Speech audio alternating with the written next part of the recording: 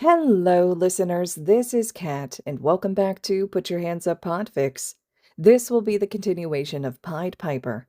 This will be Part 6, Chapter 6, entitled Retrograde.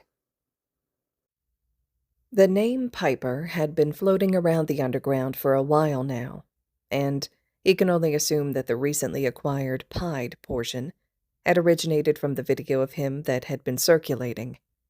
He'd lost a red contact during his fight against Death Arms, and his Christmas-colored eyes had been visible on camera when he'd turned to run from his impending doom, right towards the bystander that had been filming him. Midoriya passes Reo the phone, watching as he starts the video over. I get the name, the vigilante says, stepping back to sit on the teen's bed. Pied, multicolored, I get it, but why? I didn't think the internet was coherent enough to come up with something like that. Tsukauchi sets the phone aside halfway through.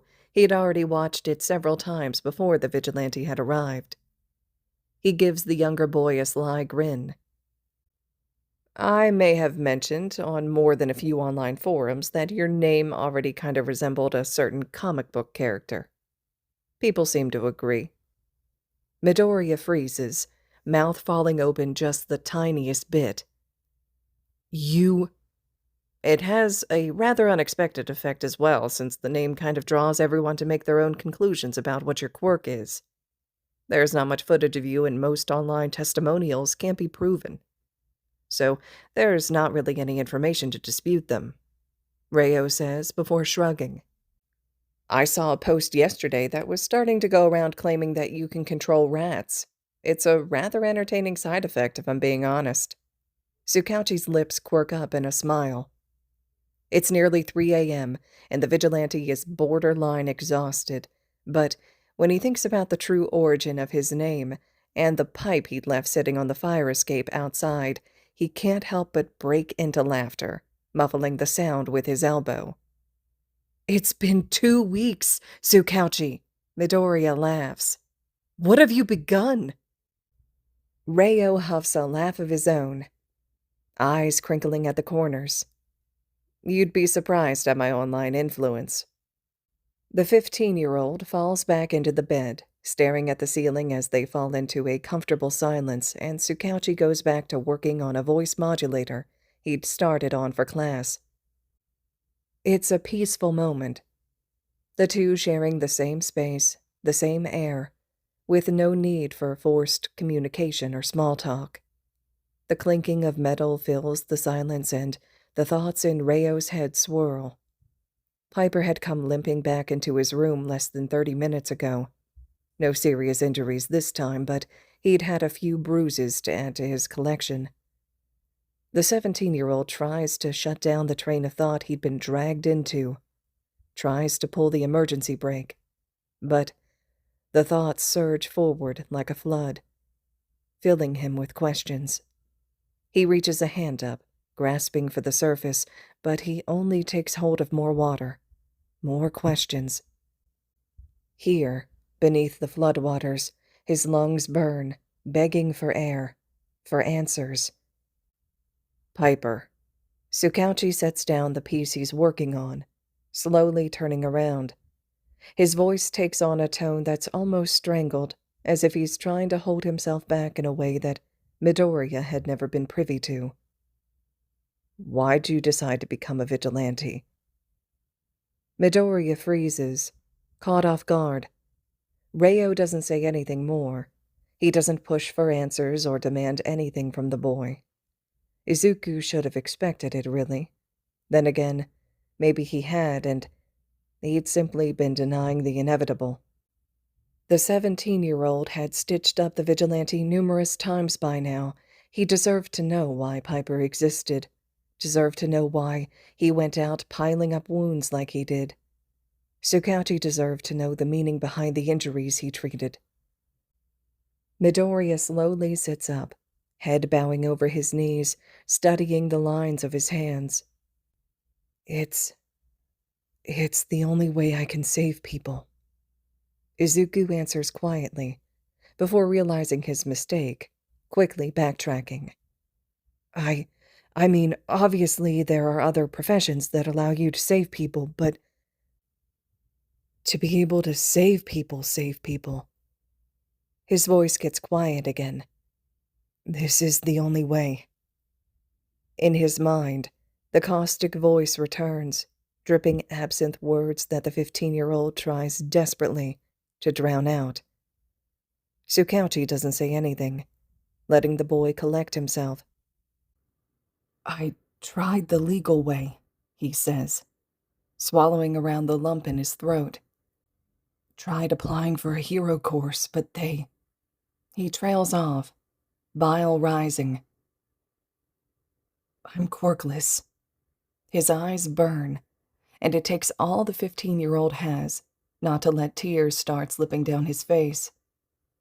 He waits for the backlash, for the, "Are you insane?" For the, "If I'd have known, I wouldn't have," for the dangers of hero work are simply too high. But none of them come. Nothing comes. Midoriya looks up, searching for a response from the older teen, searching for the look of disgust or disappointment. But there's nothing. No hate, no pity, no alarm. The boy's amber eyes are calm, boring into the vigilante's own cocktail of red and green, soothing him. I really should have seen that coming. The words are so easily said without malice or revulsion or distaste that it surprises the 15-year-old. It's said in such a matter-of-fact way, and it's something that's so very Reo-like for the teen to respond with that Midoriya can't help the laughter that bubbles up. That's it? That's it. There's a soft smile that comes with the words. It's kind of badass, to be honest. If the older boy notices when Midoriya swipes at the few tears that slip out, he doesn't say anything. Izuku mumbles a thank you, and the two spend the next half hour watching hero videos at Reio's suggestion. The next night, before Midoriya has even had time to catch any criminals, the vigilante finds himself staring down over a small squadron of flashing police cruisers. His heart pounds in his chest, and the light from that mini-sun burns bright between his ribs, making him giddy through the terror that's threatening to overrun him. There's an unconscious C-rank hero 3 stories below him being tended to in the ambulance that had arrived. And he knows it's a serious situation that he's in. The building he's on is surrounded by police, and he'd knocked a hero unconscious. But he can't help how his hand rises in greeting. Beneath the vigilante, Tamakawa and Tsukauchi watch from the street. He certainly acts like a kid, Sansa says, looking up as Piper waves at the 3 police cars below. Naomasa pinches the bridge of his nose in an attempt to ward off his oncoming headache. Yes, he does. It's not a great circumstance. I'm sure he'll end up getting away since we don't have enough people here. But at the very least, I'm not as worried about some revenge seeker catching him before us. He's good for his age. Sansa's brow rises. So, you think Piper's a kid after all? Tsukauchi shrugs. I'd say a teenager at the very least, maybe 16, 17. At that age, it's possible they could be feeling pressured to do something with their life. I know teachers can stress students for their career paths, especially with only a few months till the end of the semester. The timing lines up for it, at least. He'll have to have learned to fight somewhere, the feline says, replaying the events in his head. Maybe a hero school? Sansa asks. Naomasa shakes his head, squinting through the flashing police lights to see Piper's dark silhouette. I doubt he'd be doing this if he was good enough to get into a hero school. Seeing him fight up close, it looked more like some kind of martial art. Have someone start looking into some of the local dojos. It might help us catch a lead. Have them make visits if necessary. I'll help out with it when I can. Yes, sir. Piper gives one final wave to the officers below before disappearing. Follow him, Namasa shouts, watching him disappear. "Have a few cars patrol the area, and notify the local hero agencies to be on the lookout for Piper." Tsukauchi sighs, watching the remaining officers scramble to follow his orders as his mouth stretches into a yawn. Sansa side-eyes the man. "Will you be able to make it back to your place?" "No need to," the detective replies, watching one of the patrol cars pull away. "I'm staying at Misaki's tonight. She's out on a business trip and doesn't want to leave my nephew alone. She said he'll stay up till 5 if I don't stop him." Sansa's whiskers twitch in amusement. "Sounds like someone else I know." Tsukauchi sends him a playful glare. "Have fun, detective," Sansa says, bemused. A smirk pulls at Nalmasa's lips, and he hums in response. "You too, Sansa. And sorry for keeping you out so late." The feline waves him off. "Not your fault." Midoriya scales the fire escape, rushing up the stairs as quietly as he can. It's now 1 a.m. and he knows he should feel tired, but adrenaline is still rushing through him like lightning, and he feels too giddy to sleep. He can see Reio's bedroom light still on, and he breaks into a grin, picking up his pace. Midoriya rips his face mask and shoes off and sets his staff and sneakers down on the landing before going to tap on the boy's window. Reio's sitting at one of his workshop tables studying a blueprint when he looks over, surprised. He's up and opening the window within seconds, letting the boy in. "Piper, you're here kind of early." Midoriya crawls through the opening, pulling his hood back as he goes. "Tsukauchi, you'll never believe what just happened. I'm shaking." Midoriya straightens himself and whips up his hands to show the boy the gentle tremble of his fingers. "The cops had me cornered. I was in this parking lot behind Denny's, and I wasn't even doing anything, but they recognized me. And then there were all these cops that showed up, and they called in this hero that had this quirk, and I can't remember his name, but I know him.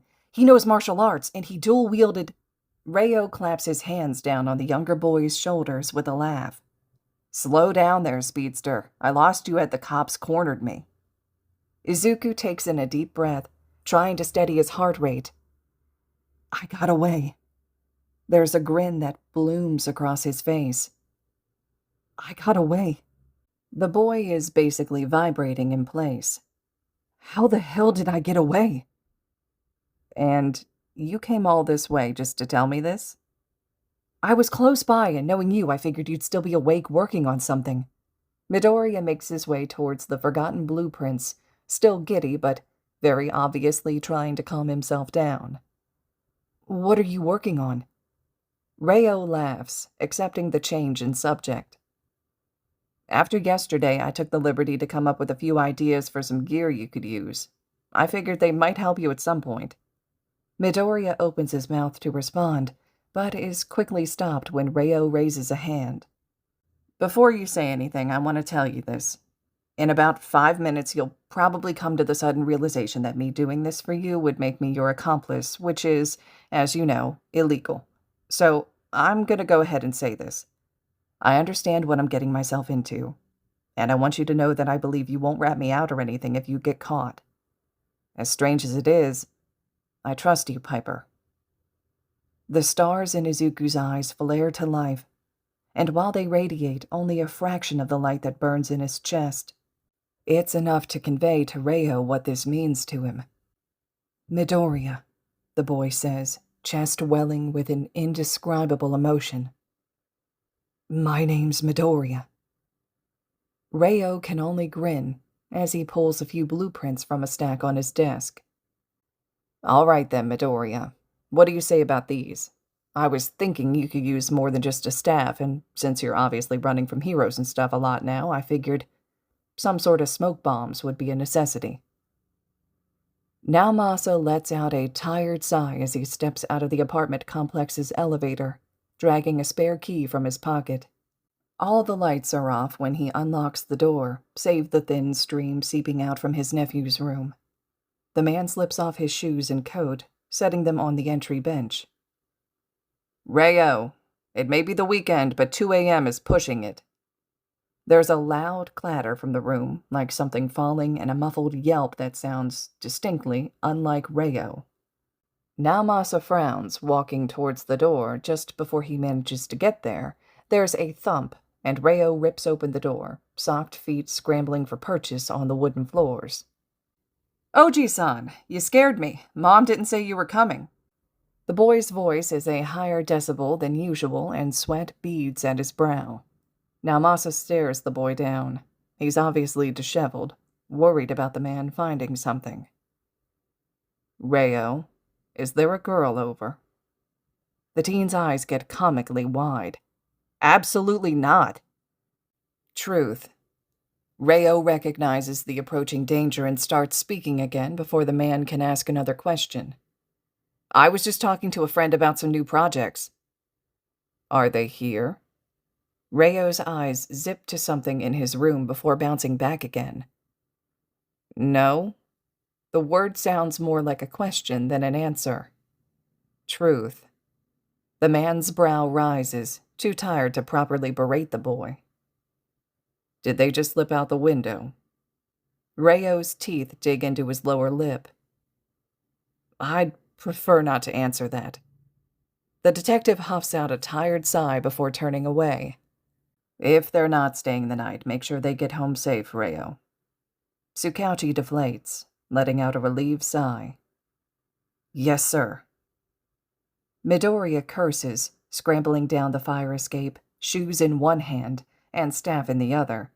He pauses at the bottom, listening for commotion above as he attempts to calm his erratic breathing. He doesn't hear anything at first, but eventually there's a call from above. Midoriya, you still there? Rayo leans his head out the window, whisper shouting for the 15-year-old, as he looks for movement below. Yes, the vigilante calls back up with the same sort of whispered shout. I've got to go. Be safe, okay? Midoriya slips back up one of the flights of stairs. Safe is my middle name. No, absolutely not. Your middle name is Target Practice, and you have an Aim Here sign adhered to your chest. Izuku lets out a quiet laugh as he sits down to finally pull on his shoes. You're going home, right? Not yet. It's Saturday, so I was thinking of staying out a bit longer. I didn't get much done earlier, and I've been trying to track down this one group of teens for like a week. I'm hoping that I'll finally manage to catch a break since it's the weekend. The vigilante finishes knotting his laces, picking his staff back up as he stands. I'll see you later. I'm excited to see how far you get with those smoke grenades you mentioned. With that, he disappears back into the night from which he came. There's a 24-hour convenience store nearby that Midoriya visits on the occasions he starts craving something or the other mid-patrol, and he'd heard a few rumors from the cashier that he's acquainted with that there'd recently been an outbreak of shoplifting cases in the area. All of the rumors he'd been privy to thus far led him back to the one group that he was now tailing. He watches the 5 teens stride down a dead-end alley before following them, cutting off their only path out. I thought you said this was a shortcut, Irie, the only other girl says. Her hair is a neon blue, possibly quirk-related considering the dim glow it gives off. Sorry, must be the next one down. There's a strained laugh that follows the response. Midoriya pauses, surprised by the familiarity that comes with the voice. One of the guys, a boy with 2 small horns, turns around first, bright yellow eyes burning through the dark. The vigilante can't tell if either attribute are quirk-related, but staring into his eyes causes the vigilante's stomach to twist uncomfortably. The teen startles upon seeing the darkly clad figure, his form appearing as a mere silhouette in backlighting of the street lamp behind the 15-year-old. The others turn with him. Who the hell are you supposed to be? Midoriya brushes aside the words. I thought you were supposed to have learned by now not to take stuff that doesn't belong to you. The teens tense, immediately on the defensive. What was that, asshole? The blue-haired girl calls, scowl illuminated by the glow of her hair. He sees it sparkle with a minute amount of electricity, and reminds himself to be wary. Now, there are 2 ways we can go about doing this. Piper feigns more confidence than he feels, banging one end of his staff on the concrete, the sound startling the teens as he casually leans against it. The way where I call the police and you wait patiently for them to sort everything out, or, he says, drawing out the word, the way where I call the police and make you wait patiently for them to sort everything out. In the dim light of the alley, the vigilante has the advantage of having the light to his back. And it's because of this that when he looks over the shoulder of the yellow-eyed boy, he pauses at seeing a startlingly familiar face. 2 startlingly familiar faces. 2 that he prays he isn't actually seeing. 2 that he prays are just a trick of the light, or his mind, or anything other than the cruel hand of fate. But fate had never been so kind as to make anything in his life so simple. The first face belongs to one Tanaka Hato. He hadn't seen the boy in literal years, not since Chi-sensei had kicked him from the dojo. But it'd be hard to forget his face and the wicked glint of promised violence hidden in his eyes once he's seen the potential for a fight. There'd been rumors, of course, of what happened to him after he'd left. 2 kids from their class had said they'd spotted him viciously working the competition circuits under a different dojo. Another said he'd moved schools and become the head of some delinquent gang. And seeing him now, Izuku can see that both of the rumors might have had some truth buried there. Because of this, Midoriya wasn't too surprised at seeing him there. He was more surprised to see the girl standing just behind him. He hadn't seen her in over a year, and her name hadn't come up in almost as long, but he wouldn't have been able to forget the face of the girl he'd trained with and fought against for 5 years. Hirano Airi, now 16 years old, the winner of multiple Muay Thai awards and competitions, had fallen into delinquency. The vigilante knew that a lot could happen within a year. Just looking at himself was proof enough of that. But to see her now, so far removed from the girl he'd known, at their dojo, startled him, to say the least. She seemed out of place within the group, and he realizes now that she was the owner of the voice he'd recognized earlier. "What makes you think you can make us do anything?" The yellow-eyed teen wraps an arm around the back of Tanaka's neck, drawing him closer, with a grin. "I'll have you know, this guy right here is a master at karate." There's a scowl that comes upon Tanaka's face with the word karate, but it's quickly replaced for a Cheshire grin, similar to the other boys. "Don't forget about our girl Airi," the other girl says, stepping forward with Hirano in tow. "I heard she can kick some ass, too." The 16-year-old looks completely uncomfortable, shying away from the spotlight they'd shoved on her. "I really don't fight anymore." Midoriya feels a surge of sympathy for the girl when her friend sends her this disgusted, "what the hell is wrong with you" look. "I'd hate to fight a bunch of kids anyway," he replies, heterochromatic gaze turning to scan the others. The last teen, a tall, lanky guy with black hair and no noticeable quirk, speaks up from the back. "Says the shortest one here."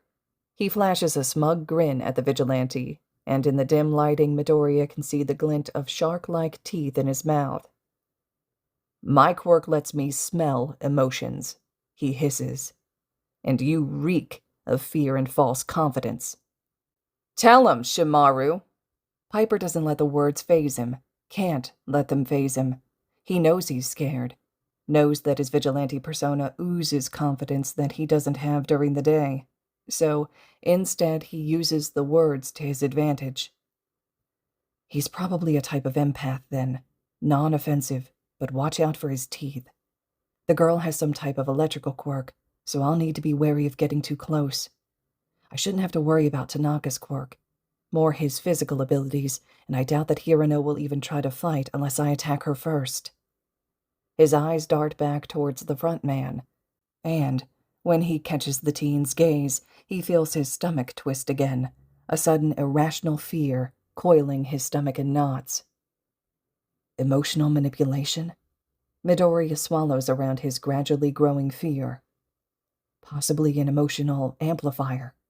The boy rips his gaze away, zipping back to the other four. Eye contact activation. He doesn't get much more time to think before Tanaka is charging at him. Fighting the boy is just as the vigilante remembers. His kicks and punches are just as vicious as they had been 5 years ago, and the smile he wears is still just as devilish in nature. But, as their fight drags on, Tanaka's grin slowly dissolves into a grimace when he sees how the vigilante is able to keep up with him, blocking his attacks with ease. Hato, quit playing around. We've got places to be. I'm not playing, Osake. Tanaka grunts, blocking the swing of the vigilante's pipe. It's only for a split second, but Tanaka's gaze leaves his opponent to glare at the yellow-eyed teen. Midoriya grins, watching the moment the boy drops his guard to look away. You shouldn't let something as simple as words distract you, Piper shouts as he slams his staff into the older boy's side. There's a grunt of pain from his opponent. Tanaka is no amateur, Midoriya knows this, but he isn't expecting for the boy to clamp his arm around the end of his staff. The older boy looks up, grinning. I was hoping you'd fall for that. From the corner of the vigilante's vision, he sees Osake, the yellow-eyed teen, rushing towards him. He tries yanking the pipe back towards him to block the incoming blow, but Tanaka is strong, and his grip doesn't waver. So the teen's fist slams into Midoriya's face. The blow sends stars across his vision, and he stumbles to the side, momentarily stunned. Tanaka tosses the pipe far from them, sending up a loud clanging of metal on concrete. Piper rubs gently at his cheek, worried about how it'd bruise. He slowly turns his head to look at the yellow-eyed teen. What the hell am I going to do if this bruises? He can taste copper and swipes his tongue along his teeth to check them. Sounds like a you problem. The boy sneers. The vigilante scowls, falling back into a basic defensive stance, pied eyes zipping between the two, watching to see who would move next. He needs to finish this quickly. Osake raises his fists, and the vigilante recognizes the stance of that of a boxer, but it's off in a way that tells Midoriya that it was learned through imitation, rather than instruction. The yellow-eyed teen makes to throw another punch, but it's sloppy, and Midoriya is able to easily catch it. He uses the boy's own momentum and sends him slamming into the wall. Tanaka attacks then, kick flying from his blind spot towards the vigilante's ribs. It sends spikes of pain through his side and some of the breath from his lungs, but it's the opening the vigilante needed. He locks down his arm around Tanaka's ankle, grinning behind his mask with bloodied teeth. I was hoping you'd fall for that. Hato curses, trying to wrench his foot free, but before he can, Midoriya sends his own kick to the back of the teen's free leg, watching it buckle. He uses the opportunity it offers him to slam Tanaka's stomach first into the concrete. He lets out a grunt of pain as Piper digs his knee into his lower spine and locks the older boy's arm behind his back.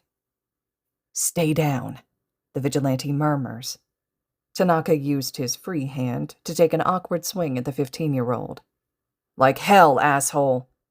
Midoriya takes a stronger hold of the boy's arm and wrenches it up, Tanaka letting out a gut-wrenching cry as the vigilante drops his hold. Springing to his feet, to round on the blue-haired girl he catches running in the corner of his vision.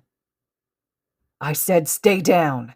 He shouts at the boy beneath him as she skids to a halt, the fight draining from her eyes as she takes a step back. Shit! Hato! Osake calls as he pushes himself up from where he'd fallen. You better get your ass up! Izuku can see blood on him, trickling from the scrapes on his hands and knees and from one just above his brow. But Tanaka only groans, rolling over, still holding his shoulder. It's only dislocated, the vigilante informs them as he eyes the other four for movement. Take that as a warning. Osake scoffs. You think I'd be scared just because you pop someone else's shoulder out of place? But Midoriya can see the fear in his yellow eyes, and when Izuku glances at the shark-toothed teen stationed behind him, the vigilante can tell that, for all the confidence Osake puts up, he's scared. Piper grins beneath his mask. It seems I'm not the only one who reeks of fear and false confidence. They meet eyes, and there's another swell of fear within the vigilante, but he swallows it, reminding himself that this wasn't what real fear was. Midoriya had felt real fear, and this was not it. Osake scowls, and the Shimaru boy warily glances between the two of them. The teen's face flushes red with anger, and he doesn't say anything before charging with another imitation boxer swing. But Piper doesn't block it this time, instead sending a kick to Osake's head. He crumples under the blow, unconscious, and it goes by quickly after that. The blue-haired girl tries charging him again, but it only takes a simple arm lock for her to surrender, and Shimaru gives up without a struggle after the display. Letting the vigilante calmly zip-tie his hands to a bike rack he'd cuffed the blue-haired girl to. Fear can be a good thing, Midoriya says as he stands up, wiping off his hands. It means you're cautious, and it keeps you on your toes as long as you don't let it control you. He locks eyes with the shark-toothed boy. Never underestimate someone who's scared. The vigilante turns then, not waiting for a response as he ducks back into the alley to help Tanaka stand. He scowls but doesn't put up any fight when Midoriya pulls him up and walks him out of the alley to zip-tie his good arm to the bike rack next to Shimaru. Hirano is the last conscious one still free. He'd been saving that encounter for later, but now that she was the last one standing, he couldn't put it off anymore. She'd been slowly making her way towards the front of the alley since the vigilante had helped Tanaka up. He approaches her now and sees tears swell in her eyes. She's not making a move to try and escape, and Midoriya feels a surge of pity well up within him at the fact. The last thing he wants to do was zip-tie the girl to a street sign until the police arrived, but he can't afford to hint at his connection with her. So, he quietly guides the sniveling 16-year-old towards a spot on the sidewalk and binds her hands to a street sign in the most comfortable position he can think of. She's far enough from everyone else that no one would be able to tell if he spoke. So, when he gently works the zip ties around her wrists, he speaks to her in a quiet voice. He tries to hold back at first, but seeing the unshed tears glinting on her eyes does nothing but further stoke his curiosity. Why are you with them? She looks up at him, startled. What? Why are you with them? He says, repeating himself. You don't seem the type to hang around with delinquents. She swallows around the lump in her throat. I trained with one of them for a while at a dojo we used to go to. We just happened to end up at the same high school, and I didn't know anyone else. She looks down, studying the cracks in the sidewalk. The vigilante sighs. If you want my advice, then I'd suggest finding new friends. It's not always an easy task, but it's better than finding yourself in another situation like this, right? A part of his heart aches to see Hirano like this. She'd always thrived underneath the dojo's roof, but here, she looked part cadaver, completely drained of the shine she once held. If they try to give you trouble for leaving, then turn to someone who will help you get out, and if there's no one to help you get out, then you know how to fight back if they try anything, right?